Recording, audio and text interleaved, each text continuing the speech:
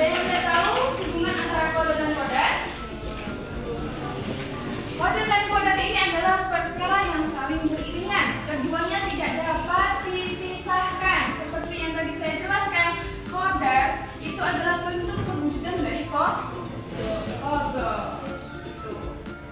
Terus macam-macam takdir. Takdir dibagi menjadi dua. Yang pertama takdir mubram. Takdir takdir mu'alaf sama mubram ini keduanya beda pengertian, ya kan? Takdir mubram adalah suatu takdir yang bisa dirubah atau tidak bisa dirubah. Yang tidak bisa dirubah itu takdir mubram. Coba Mas dibaca yang ini. Ada contoh, adapun contoh ada di takdir mubram. Contoh-contoh takdir mubram. Yang satu apa? Ya. Yang pertama yaitu jenis kelamin makhluk hidup.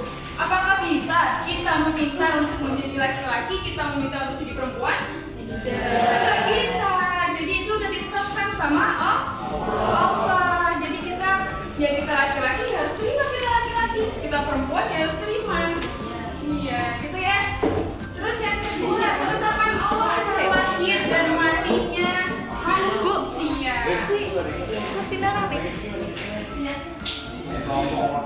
Lahir dan matinya manusia bisa nggak kita tentukan?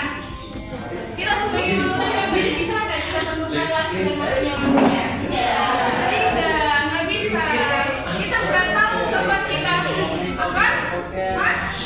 meninggal. Kita nggak tahu kapan kita akan meninggal. Itu ya. Iya. Terus yang ketiga terjadinya siang dan malam. Kita bisa nggak menentukan jam segini, jam 12 pokoknya aku pengen ini malam hari aja? Bisa nggak?